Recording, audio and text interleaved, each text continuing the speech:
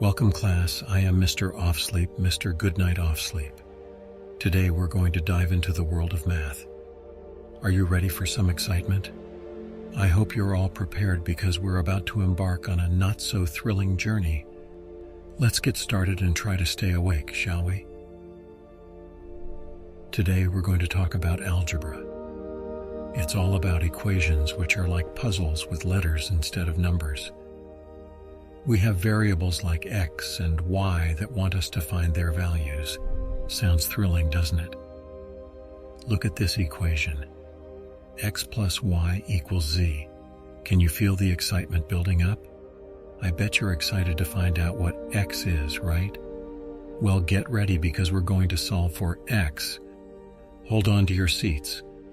To solve these equations, we need to follow some steps. First, we isolate the variable on one side of the equation. Then, we do some simple operations to make things easier. We subtract, divide, and do other not-so-exciting stuff. I know it's not exactly a roller coaster ride. Now it's time for quadratic equations. Picture yourself on a slow roller coaster climb, and then there's a big drop. That's how thrilling quadratic equations are. Well, not really. We'll talk about parabolas, vertex forms, and discriminants. It's like drawing curves and calculating some numbers. Try to contain your excitement. Picture yourself on a roller coaster slowly ascending to the peak, your heart racing with anticipation. You can almost feel the exhilaration building, just like the anticipation that accompanies the study of quadratic equations. But alas, quadratic equations may not deliver the adrenaline-pumping thrill you might hope for. Instead, we embark on a journey that explores the elegant curves known as parabolas, and the calculations involved in analyzing them. Parabolas, my drowsy learners, are like symmetrical U-shaped curves that gracefully sweep through the mathematical landscape.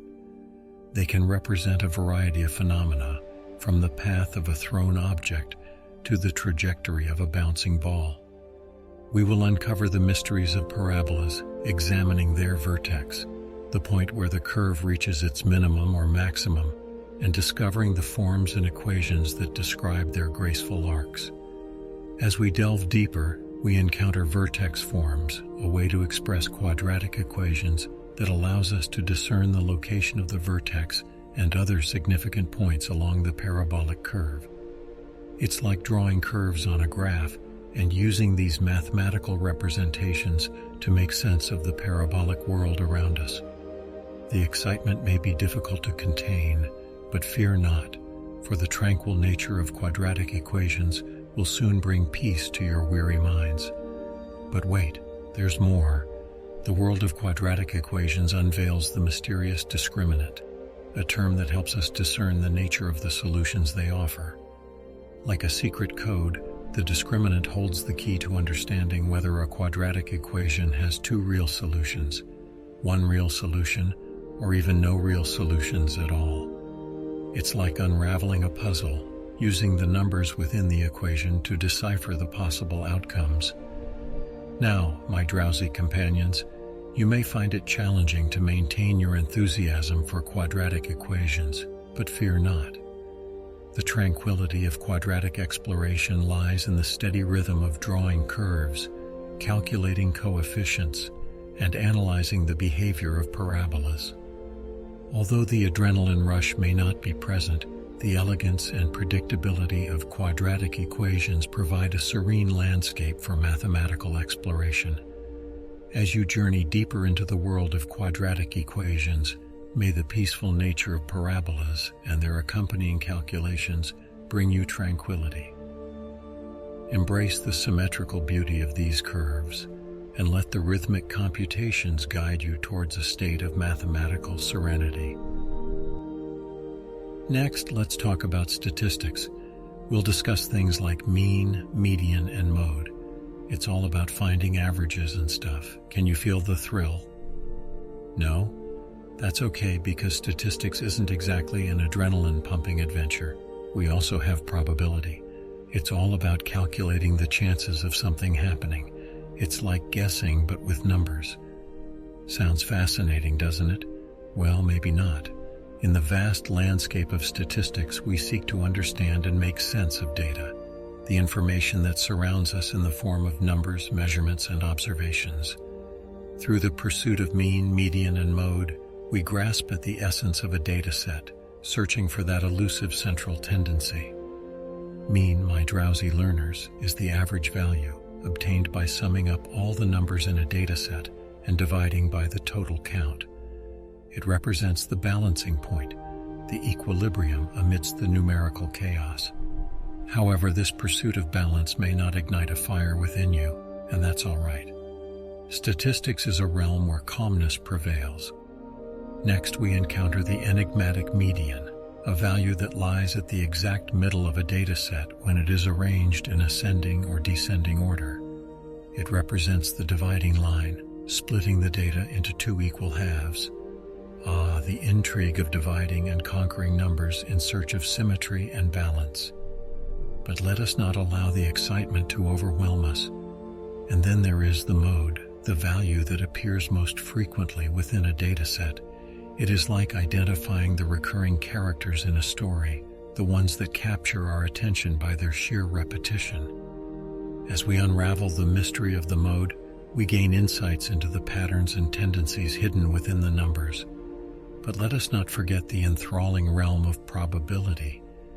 It is a world where we calculate the chances of something happening, a realm of predictions and estimations. It's like taking a guess, but with the power of numbers to guide us. Sounds fascinating, doesn't it? Well, maybe not, for probability may not stir your senses quite like the adrenaline-fueled pursuits we envision. In probability, we explore the likelihood of events occurring. We calculate the probabilities of rolling a specific number on a dice, drawing a particular card from a deck, or predicting the outcomes of experiments. It is a realm of uncertainty where numbers attempt to quantify the unknown. So, my serene students, although statistics and probability may not offer the thrill of a roller coaster ride or the excitement of a grand adventure, they serve a crucial purpose in helping us make sense of the world.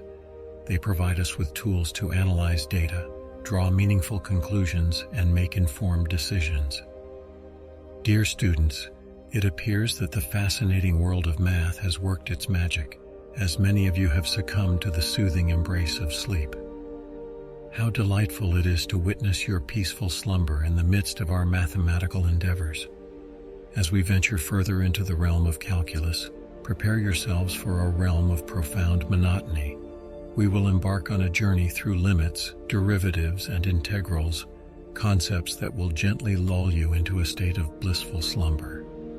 Let us contemplate the limit of a function, a concept so tranquil, so utterly uneventful, that it has the power to induce dreams in the most enthusiastic of mathematicians. We shall explore the intricacies of approaching a value without ever truly reaching it, a repetitive dance of numbers that is sure to lull you into slumber. And what about derivatives? The mere thought of rates of change and slopes of curves may cause your eyelids to grow heavy. We shall traverse the realm of monotony as we calculate the change of a function, a tiresome endeavor that will leave you yearning for a peaceful nap. Ah, integrals, the epitome of mathematical tedium. Together we shall navigate the realm of area under curves, meticulously adding up infinitely small sections to determine a grand total. Can you feel the sleepiness settling in? I most certainly can. My dear students, it brings me great pleasure to witness your gradual surrender to the gentle allure of slumber. The drooping heads, the rhythmic breathing, and the occasional quiet snore are testaments to my unparalleled ability to create an atmosphere of absolute monotony. But fear not, for I shall not waver in my efforts to provide you with a class that epitomizes the utmost boredom. The world of math is vast, brimming with wearisome concepts waiting to be explored. Together we shall embark on a quest for mathematical drowsiness, where even the most spirited among us will find solace in a peaceful doze. Now, let us delve into the captivating world of numbers and equations once again. Prepare yourselves for the profound art of arithmetic, where we shall explore the exhilarating realm of addition, subtraction, multiplication, and division. Brace yourselves for an experience so stupefyingly uneventful that it may just send you spiraling into a deeper state of repose. Imagine, if you will, a scenario where you have 10 apples and your friend takes away 3 of them. How many apples do you have left? Ah, the thrill of subtraction. We will encounter such captivating scenarios time and time again, each one more mundane than the last. Moving on, we shall encounter the captivating world of multiplication. Picture a scenario where you have 5 bags, and each bag contains 4 apples. How many apples do you have in total? The excitement is palpable, is it not? Multiplication, where the mundane becomes slightly less mundane. Now, division, the pinnacle of excitement. Picture a situation where you have 10 cookies, and you want to share them equally among your friends. How many cookies will each friend receive? The suspense is unbearable, is it not? Division, the epitome of exhilaration, or not. As we navigate the vast plains of arithmetic, we shall encounter decimals, fractions, and percentages. Brace yourselves for the mind-numbing thrill of converting fractions to decimals, calculating percentages, and manipulating those little dots and lines that make numbers even more perplexing. Imagine, if you will, a universe governed by addition. It is a realm where quantities join forces, merging together to form a greater whole. Picture yourself with a handful of marbles, and a friend hands you more. What do? You add the numbers, combining the marbles to find the total. Ah, the simplicity and monotony of adding one number to another. Now, shift your focus to subtraction, a world of separation and difference. It is a place where quantities part ways, and we must determine what remains. Visualize yourself with a plate of cookies. You take a bite and another, until only crumbs remain. Subtraction allows us to find the missing pieces, the crumbs left behind, as we unravel the secrets of diminishing quantities. As we venture deeper, we encounter the captivating realm of multiplication. It is a landscape where quantities multiply, expanding exponentially. Imagine rows upon rows of trees, each bearing succulent fruit. How many apples do we have in total? Through multiplication, we can determine the outcome of repeated addition. It is a world of swift growth, where numbers flourish and multiply with each iteration. Now let us explore the world of division, a realm of sharing and partition. Picture a pizza, freshly baked and awaiting hungry friends. How can we divide it equally among everyone? Division allows us to distribute quantities fairly, ensuring that each person receives their rightful portion. It is a world where we seek balance, sharing the spoils of our calculations with precision and fairness. But the world of arithmetic goes beyond these fundamental operations. Within its depths, we encounter decimals, fractions, and percentages, concepts that add layers of complexity to our numerical landscape. Decimals allow us to navigate the spaces between whole numbers, partitioning units into smaller, more precise increments. Fractions introduce us to the concept of parts and wholes, where numbers take on a relational dance. Percentages, with their alluring symbol of percent, capture proportions and proportions within proportions, unveiling the hidden relationships between quantities. Arithmetic intertwines with our everyday lives as we count money, measure ingredients, and calculate distances. It is a world where mundane tasks are transformed into mathematical puzzles. Whether we are computing grocery bills, determining the length of a journey, or adjusting recipes, arithmetic is the steadfast companion that guides us through these numerical labyrinths. So, my serene students, embrace the marvels of arithmetic, the simplicity of addition, the precision of subtraction, the exponential growth of multiplication, and the equitable sharing of division. Let the rhythmic calculations and repetitive nature of these operations envelop you, lulling you into a serene slumber where numbers dance softly in your dreams. Now, shift your focus to another fascinating aspect of geometry, the realm of perpendicularity. Picture two lines like intersecting roads that meet at a precise angle of 90 degrees, forming a right angle. The sight of perpendicular lines invokes a sense of balance and harmony. It is as if the universe has bestowed upon us a perfect meeting point, a celestial embrace where lines intersect at right angles. Oh, the wonders of geometry, my tranquil learners. We unravel the mysteries of shapes and figures, exploring the characteristics of triangles, squares, circles, and rectangles. Each polygon, with its distinct properties, invites us to delve deeper into the symmetrical world of angles, sides, and measurements. Triangles, my drowsy companions, are a marvel of geometry. They come in various forms: equilateral, isosceles, and scalene, each with its own unique set of properties. We shall venture into the world of angles, measuring their sizes and examining their relationships. The sum of angles in a triangle is always 180 degrees, a tantalizing fact that reminds us of the captivating harmony within these three-sided wonders. Moving on, we explore the enchanting world of squares and rectangles. With their symmetrical sides and precise angles, they bring a sense of order and stability to our mathematical landscape. Squares, with all their sides of equal length and right angles, evoke a sense of perfection and balance.